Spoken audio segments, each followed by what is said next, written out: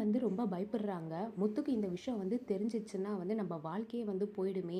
கண்டிப்பா வந்து புவனாவையும், முத்தையும் வந்து நம்ம வந்து ஒண்ணு சேர்க்கக்கூடாதுன்னு சொல்லிட்டு, அவங்க ஃப்ரெண்டு கிட்ட வந்து சொல்றாங்க. "ஏய் தயவுசெய்து ப்ளீஸ் டி முத்தையையும், சுப்பிரமணியும், புவனாவையும் ஒண்ணு சேர்க்காதடி! இல்லன்னா என் வாழ்க்கையே போயிடும்னு" சொல்லிட்டு அவங்க வந்து சொல்லிட்டுருக்காங்க.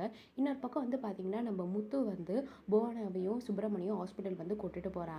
அங்க வந்து டாக்டர் வந்து நம்பிக்கை தராங்க. ஆனா இந்த வாட்டி வந்து பார்த்தீங்கன்னா, அவங்க வந்தால ப்ரெக்னென்ட்டாவும் ஆக முடியல. அவங்க ரொம்ப ஃபீல் பண்றாங்க.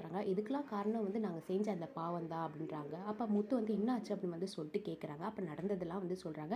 இவரோட தம்பி பொண்டாட்டி, இவர் தம்பி இறந்துட்ட பிறகு வந்து நாங்க அடிச்சு தீர்த்துட்டோம். அப்ப வந்து அவ வந்து ப்ரெக்னென்ட்டா இருந்தா அப்படின்னு வந்து சொல்றாங்க. ஸோ இந்த காரணத்தால தான் வந்து எங்களுக்கு வந்து இது மாரி குழந்தையே நிக்கல அப்படின்னு வந்து சொல்லிட்டு ஃபீல் பண்ணிட்டுருக்காங்க.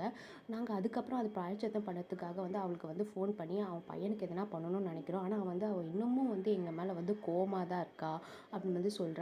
இதெல்லாம் கேட்டு வந்து முத்து வந்து பார்த்தீங்கன்னா, நானும் ஹெல்ப் பண்றேன். நீங்க கண்டிப்பா வந்து அவங்க அப்படிதான் கோவமா இருப்பாங்க. நீங்க போய் நேர்ல வந்து பார்த்து பேசினா கண்டிப்பா வந்து மனசு இறங்கி வருவாங்க அப்படின்னு வந்து சொல்றாங்க. இதுக்கப்புறம் வந்து பார்த்தீங்கன்னா, நம்ம முத்துக்கு வந்து எப்படி தெரிய வருது, ரோஹிணி தான் வந்து கல்யாணின்னு சொல்லிட்டு நம்ம வெயிட் பண்ணியிருந்து பார்க்கலாம். இன்னொரு பக்கம் வந்து பார்த்தீங்கன்னா, நம்ம சிந்தாமணி வந்து பார்வதியும், சிவனனும் பிரிக்க வந்து நெறைய திட்டங்கள் வந்து போடுறாங்க. அதுக்கப்புறம் வந்து கான்ட்ராக்ட்டாவையும் வாங்க பார்க்குறாங்க. நம்ம மீனாவோட கான்ட்ராக்ட்டும். ஸோ அதுவும் வெயிட் பண்ணியிருந்து பார்க்கலாம். அடுத்த இதில வந்து பார்த்தீங்கன்னா, நம்ம முத்து அவங்க ஃபேமிலி எல்லாருமே வந்து குலதெய்வத்து கோயிலுக்கு வந்து போறாங்க. அங்க வந்து பார்த்தீங்கன்னா, அபசகுனமா வந்து நடந்தது. இது பார்த்த விஜயா வந்து ரொம்ப பயந்துடுறாங்க.